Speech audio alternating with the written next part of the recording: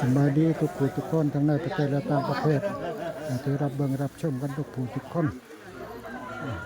อันนี้ก็เป็นมื้อสันวันดีมื้อเนื้อปรงผมนาคปรงผมนาคสิได้บวช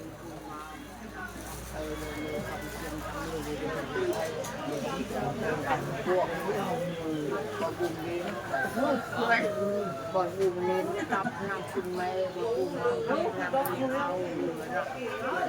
มาเลย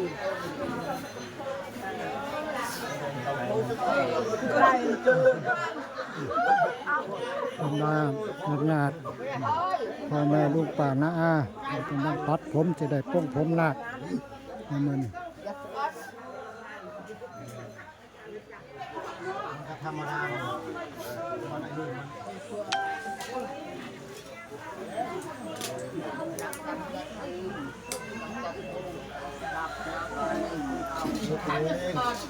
ลูกเองจะมุมจะจับ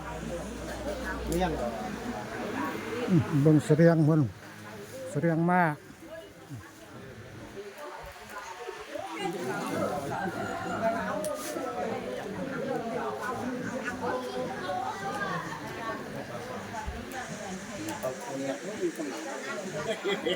จำเจ้าวัดที่เขาพอ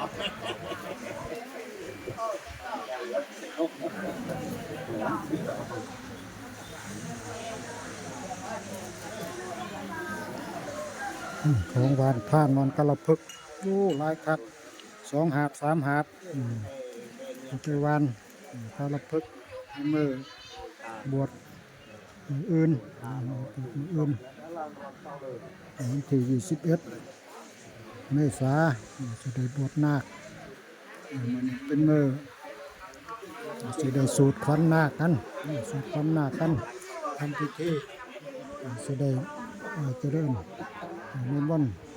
ท่านครูบาอาจารย์มาเจริญพุทธมนต์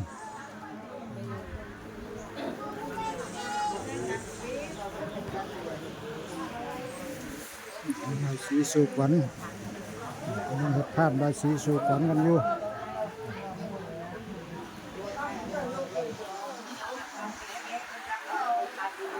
บรรยากาศแนบสายสดายปล้องผมนาคกันตรงนี้กำลังตัดผมทางนี้ก็ขมักขม้นเห็ดภาพใบสีสู่ขวัญกันอยู่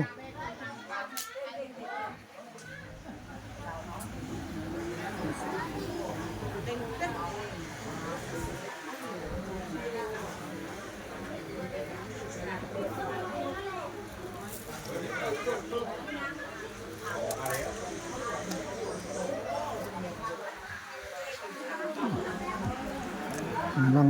เริ่มทำใบชีสู่ขวัญกันสู่ขวัญนาค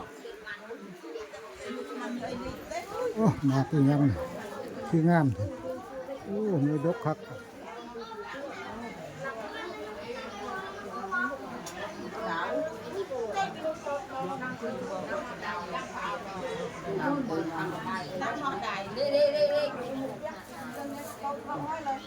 อันนี้ซ่อง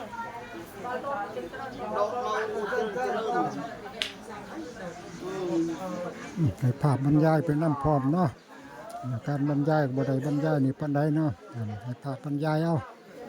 เป็นน้ำภาพเป็นเด็กน้ำภาพเอาเป็นมื้อสันวันดีสีมงคลเห็นไหมที่ได้สูตรขวัญนาคทำพิธีนิมนต์ท่านครูบาอาจารย์มาเจริญพุทธมนต์เพื่อจะเป็นสิริมงคลให้แก่นาคในมือนี้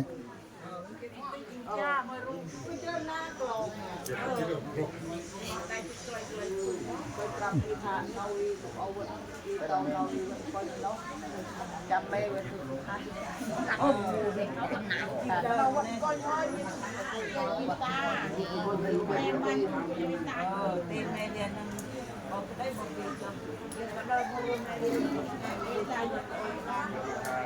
ไอ้ตุ๊กพอหลัก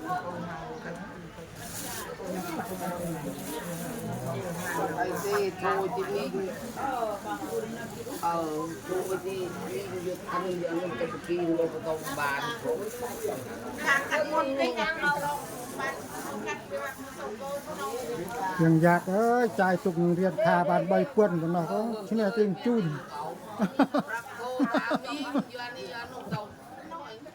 สนามติงใบเปื้อนก็รู้ยมลงยมโอ้ยที่โรงพยาบาลอุบัติเหตุถูกเอาที่จังบูคนที่จังบูเราชูเราเป็นโรงพยาบาลเตียปวด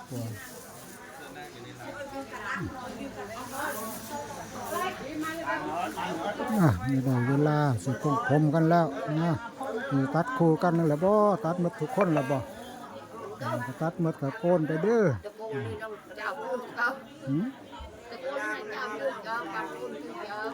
ติเจริญให้เจีย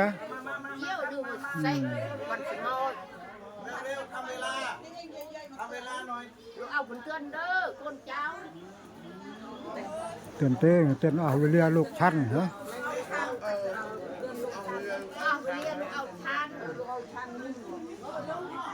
โอ้น่าจะลึกท่านน้ำเต้นบานสวดมนต์ชั้นหน้าสวดมนต์รู้ว่าบานชั้น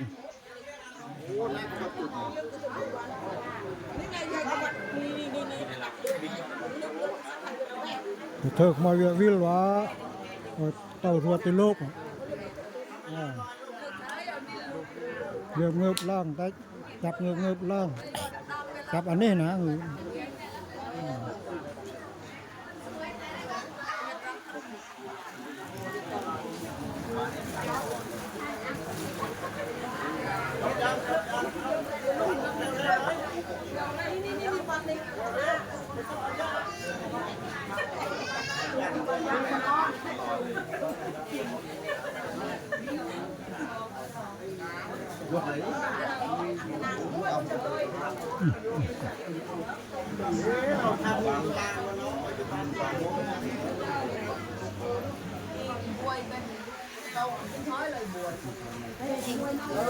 น่าเป็นลูกอ้อยโทรปรับมิ่งบดแต่เน็ตมัวกันเน็ตมัวกันเช้า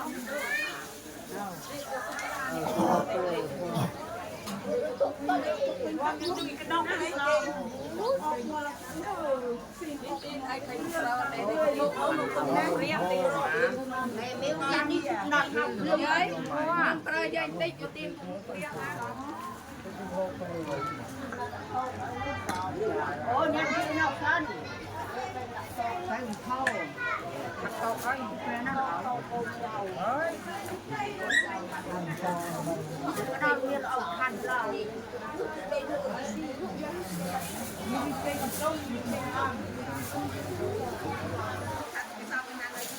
เอาตุ๊กไปนู่นงูหลังตีนยัยไอ้ก็มองอันติ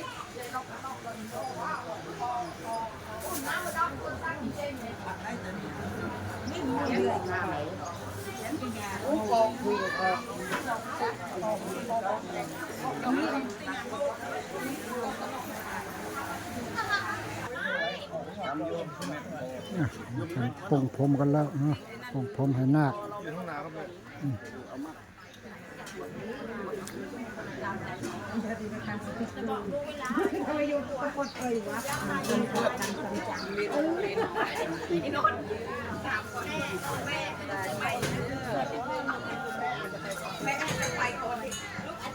ชอบติ่งหูจังเลย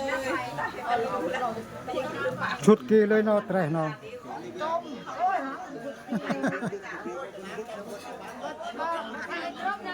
เดี๋ยวมันเตาเลยนะนางอาแก้วนู่นนะมันเตาต้องเปลี่ยนทำไมเปลี่ยนทำไมเต็มเตา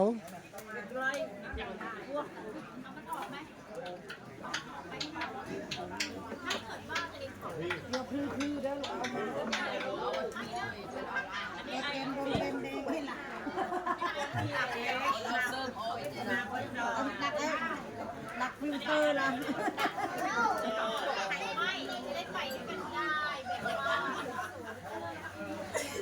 ไปอะไรไปคุมหมากคุณครูนะไปคุมหมากคุณครู ลิงเอ้ยลิงกระนเอ้ยกล้วยตีเลยหมบ่บ่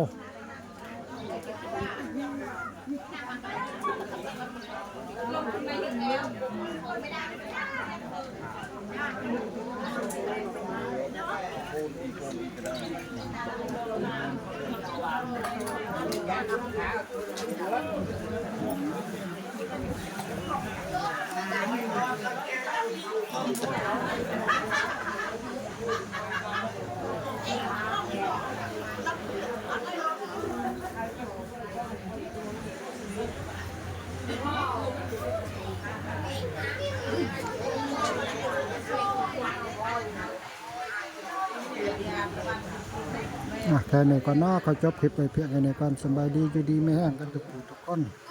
ทั้งในประเทศและต่างประเทศที่รับฟังรับชมขอคนละไลค์คนละแชร์ขอฝากติดตามให้น้ำแน่เด้อตัวเป็นกำลังใจเนาะติดตามให้น้ำแน่กับช่องน้อ